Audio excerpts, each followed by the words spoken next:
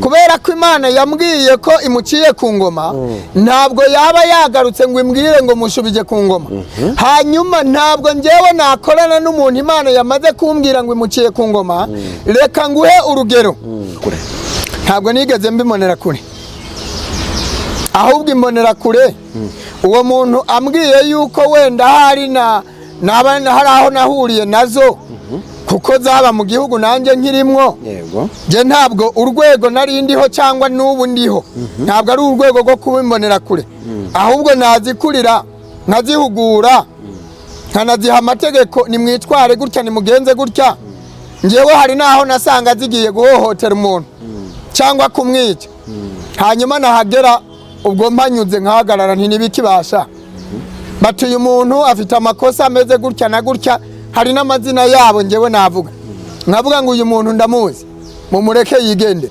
icyakora nabo ndabibashimiye ntabwo bigeze bambangamira ngo bange kumva itegeko mbahaye habyumva gutya ahita avuga ko ufitanye connection n'imbonera kure nyine connection n'ubu ndayifite ngewe ndi umuyobozi wo ku rwego rwo hejuru uretse n'imbonera kure n'abarenze imbonera kure baranyubaha kandi bakanyumva rero ntabwo buriya Imana iyo yaguhaye ijambo iba yariguhaye nta n'uwari kwaka niyo iguhaye agaciro wubahwa na buri wese kuko ariyo yakaguhaye Imana iyo ikubahishije ni ngombwa abantu bakubahe narababuza ngo uyu muntu ibyo mumbwiye bitandukanye nuko muzi uyu muntu mumureke yigende nkasiga hagurutse yigendeye ni ngaho nimugende mukomeza akazi kanyu wa muntu akagenda nabo bakagenda umuntu nkaba ndamurokoye uranyuma neza ubuzima bwe bugakomeza bukiberaho rero ntabwo ngewe nabaye imbonera kure none kuba warababwiraga bakabasha kukumva ariko uyu munsi hakaba ari abaturage barira bakavuga ati imbonera kure ntabwo zitumereye neza umuntu yakwibaza ngo niki cyaciye connection hagati yawe nabo gishobora gutuma uyu munsi udashobora kubabwira cyangwa utanabona contact zabo ngo babwira ati nyamuneka nimusigeho icyaciye ahari iyo connection nuko uyu munsi ntakiri mu gihugu barabona agaciro mfite kuko ngira ngo nk'abadukurikiye barabizi ngewe nari muri muco bise Renapeke cyangombwa nuko uburundi buzayoborwa bukayoborwa n'umuntu uri muri gahunda y'Uwiteka Imana kandi ibintu bikagenda neza bigasobanuka ibi bibazo babibaza bashingiye kubyo bikeka abandi kubyo babwiwe n'abantu abandi kuri za famiye bafite hanze tubwo yaba ari runaka tubimenye tugira icyizere ngo tugiye gusubizwa tugiye kubaho neza kuko ari uwo mu muryango w'iwabo ntabyo mbabwiye icyangombwa nuko buzayoborwa kandi bukayoborwa muri gahunda y'Uwiteka kandi bukayoborwa n'umuntu w'Uwiteka yishimira yego ayo matsiko nakomeza habe ariko Burundi buzayoborwa yego urimo urasubiza nyine ugashyiramo ubwenge bwinshi bisobanuye ko abatari abanyabwenge ntibaza kumva icyo wavuze ntago baza kubisobanukirwa igisubizo wanagitanze nagitanze abandi bantu bakavuga bati ese mu by'ukuri ko uyu munsi ibihugu bikataje mu iterambere bavuga bati ibintu by'amashengero biragomesha abantu bituma abantu badashobora gushaka imibereho yego aho ngaho Imana yabiguhishurira yuko mu by'ukuri ari Imana yatereranya abantu bayo cyangwa n'abantu bagomeye Imana bituma Imana ibajya kure ikindi aya be yaho iravuga ngo ese muri ubwo bwami cyangwa se ubwo buyobozi bushyashya abantu bose bimirije buzaba bwubaha Imana ese bashobora kuzorohereza abanyamashengero bakagira ijambo kuri guverinoma ikindi nabo bakagira ijambo mu murimo w'Imana urakoze cyane ngiye kugisubiza mu buryo bukomeye uburyo bwa mbere mpereye ku kintu cy'amatorero amatorero azoroherezwa amatorero azagira n'umudendezo azakorera Imana byimazeyo abantu ndetse banisanzuye bashobora kwibaza atese ko ubu tubona ahantu henshi insengero zifunzwe ibi ni ibintu bishaka gusohoza ibyanditswe kuko Bibiliya iravuga ngo hazabaho inzara itari iy'ibiryo hazabaho inyota itari iy'amazi ariko ngo izaba ari iy'ijambo ry'Imana kwari kugira ngo ibyo bibanze bibeho kandi bisohore ariko Bibiliya iragaruka ikavuga ngo ububyutse mu gihe cya nyuma ngo ubutumwa bwiza buzavugwa ku isi yose kugira ngo ikimenyetso kibere cyabona amahanga hagati aho nta kintu Imana yavuze na kimwe kitazasohora. Akagahe ko kubanza kureka Imana no gufungwa kw'amatorero kwari kugira ngo abantu babifata nk'ibisanzwe babanze bumve ya nzara itari y'ibiryo, babanze bumve ya nyota itari y'amazi. Ariko we yabarizaga i Burundi ntabwo barafunga amadini. Nta kibazo, ariko ahenshi yarafunzwe. Kandi ni Burundi ndabizi ko naho nubwo batayafunze hari ibintu byagabanutse, hari ibintu byajemwo nk'ibyo twakwita speed cavani. Ntabwo umuvuduko gukorera Imana kwari kugezeho mu Burundi ariko kukimeze. Yego, kuko barashizeho nabo nyene mw'ibikabyo by'ibyangombwa, abantu barinda guca muri ministere ngo babisabire uburenganzira, n'ibyumba byinshi byarahagaze. Ubu nukuvuga ngo no mu Burundi hemerwa icyumba cy'itorero gifite itorero ryemewe mu mategeko. Ntabwo hakira akajagari n'akavuyo nk'uko wagenda ku metero 500 ugasanga icyumba, ku zindi ugasanga ikindi. Ntabwo ariko bikimeze. Hanyuma biriya twabyita akajagari cyangwa se akavuyo cyangwa ni iterambere mwiyoboka? Mbo biriya ntabwo ari akajagari, nta nubwo ari akavuyo, ahubwo byabayeho n'ubundi ngo bisohoze cya kindi Imana yari yaravuze. Urumva hari harabayeho ibintu bimeze nk'aho wagira ngo ni umwete wo kwigisha abantu, ariko abantu ntibiteho ijambo ry'Imana. Imana ati okereka rero mbere kereka nshiremwo speed cavani, habanze habeho inzara itari y'ibiryo nk'uko nabisobanuye, n'inyota itari y'amazi. Bimere hari habanje kubaho ibyo bita gahimbo k'ijambo ry'Imana. Abantu kabona ntibashaka no kubyumva. Nyuma Imana tereka mbereke noneho ko byose bishoboka. Ubu hariho inzara y'ijambo ry'Imana. Inzara y'ijambo ry'Imana. Hagati aho rero ku kibazo kigira kabiri wari ubajije, atese uzayobora Uburundi ko azaba yimitswe n'Imana. Yego. Aho azorohereza abakozi b'Imana cyangwa nawe azamera nk'abandi bose bagiye bajyaho mu by'ukuri mu nyuma bakagaragaza ko basenga kandi batagisenga baramaze no kwirukana ubwami bw'Imana.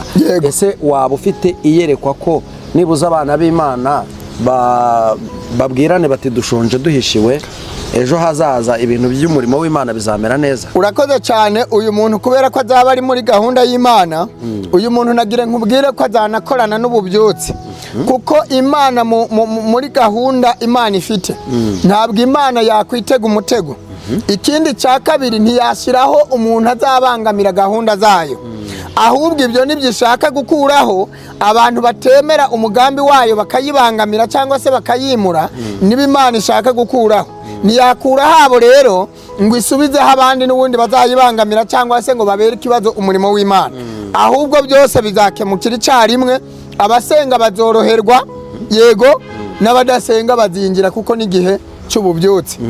Ubwo rero ibintu byose bizaba biri kuri gahunda, bizakemukira icyarimwe, n'ubundi basonje bahishiwe, kuko umurima w'Imana Imana iri kuwubagarira kugira ngo ikuremwo urwiri nk'uko nari nakomeje kubivuga. Hari undi muntu wambajije ikibazo arambwira ngo nzakikubaze, araje arambwira ngo ese bigenda bite kugira ngo umukozi w'Imana afatikanye ivugabutumwa na politike? Ese hari ahantu bihurira n'iby'Imana, politike yo mu isi n'iy'ijuru, hari ahantu bihurira ku buryo umukozi w'Imana yakwisanga muri avuga ibintu bijyanye na politike y'ibijyanye n'iby'isi kandi akorera Imana? Ikibazo cyiza cyane. Ibyo byose ni ibitekerezo by'abantu, bya bindi ataho bihurira n'ibitekerezo by'Imana. Ahubwo twebwe dusenga tuvuga ngo iyaba abanyapolitike bose bari kwakira agakiza bakayobora iyo politike ariko bafite agakiza, byari gutanga igisubizo cyiza ku batuye isi bose. Kubera ko politiki itagira agakiza, iyo ngiyi ibipfuye, bimeze nk'ukwizera kudafite imirimo. Rero ntibahave bibwira yuko kuvuga kuri politike ari ukurengera cyangwa ari ukudakizwa neza nka bya bindi bitera umwaka. Hoya, ahubwo twebwe duhagaze hagati na hagati, ntiduhengamiye kuri politike, ntiduhengamiye no kuba atari muri politike, ahubwo twebwe duhagaze hagati na hagati ngo duhuze abanyapolitike n'agakiza. Bose iyaba byari gushoboka n'abanyepolitike bakinjira mu gakiza bakayobora politike bakijijwe bubaha Imana, byari kuba byiza kurushaho, kuko Imana ubwayo nagiye mbivuga ngo nayo ubwayo ikunda abanyapolitike, kuko nayo ubwayo niyo yatangije politike. Bibiliya iravuga ngo niyo yimura abami ikimika abandi. gute se yabimurikiye imikabanda atari umunyapolitike? Niyo munyapolitike wa mbere, niyo yatangije politike, niyo mupolitike wa mbere. None abanyapolitike Imana yarabataye, yarabatereranye kandi ari yibashiraho. Bibiri ivuga ngo nta kuyobora kudashirwaho n'Uwiteka. Ahubwo politiki ishizwaho n'Uwiteka, hanyuma uyu munyapolitike akarengera akaja kwiha icubahiro kirenze c'Imana yamuhaye no kuja kwimura Imana, bituma Imana imurwanya ikanamuca ku ngoma. Ariko ubundi Imana niyo munyapolitike wa mbere. Rero politike n'agakiza byakabaye bikorana, byakabaye binagendana. Ahubwo baja muri politike bakimura Imana, bakumva ko politiki ijya hejuru y'Imana, bigatuma Imana ibaca ku ngoma. None se ninde mwami yajyaho adashizweho n'Uwiteka? Ahubwo bararengera bagakora ibyo Uwiteka yanga. Ese kuba wasobanura ibyo bintu ukabivuga gutyo, aho ntabwo yaba ari ukwitsindagura wisubiramo kuvuze ko nta buyobozi budashyirwaho n'Imana? Ariko uyu munsi none ukavuga ko ubuyobozi bw'iwanyu Burundi Imana yabuhaze. Aho ngaho nta wabyumva nkaho urimo wibaza ukanisubiza uvuga uti Imana ntikibemera ntibumva, ariko ukagaruka ukavuga ko nta buyobozi budashyirwaho n'Imana. Nk'uwo muntu wamusobanurira ate kugira aze kubyumva? Nta buyobozi budashyirwaho n'Imana. Nakubwiye ngo Sawuli kugira ngo Imana imuce ku ngoma yagomeye Uwiteka, ariko ntibyari bivuze ko Imana itari izi Sawuli cyangwa itamwemera. Yego, ahubwo iyo urenze umurongo w'Imana, Imana iguca ku ngoma, niho habaho kwimura no kwimika. Imana ikimura abami banje kwimura abandi, igakenyuruza abandi kugira ngo ikenyeze abandi. Haba habaye iki? Haba habayeho kurenga umurongo w'Imana. Imana ikavuga ngo uyu muntu ko atakinyubaha, yego, muciye ku ngoma. Birumvikana. Ushobora kuvuga ati none kuri kurwanya wenda nk'urugero CNDD-FDD kandi uvuze ko nta buyobozi budashirwaho n'Uwiteka. Habaho kugomera Uwiteka no kurenga wa murongo utukura. Imana ikaguca ku ngoma ariko yari yaragushize ku ngoma. Uvuze CNDD-FDD mitanibuka umuntu wampamagaye, urumva rimwe na rimwe abantu bambwiza ukuri abandi bakambeshya.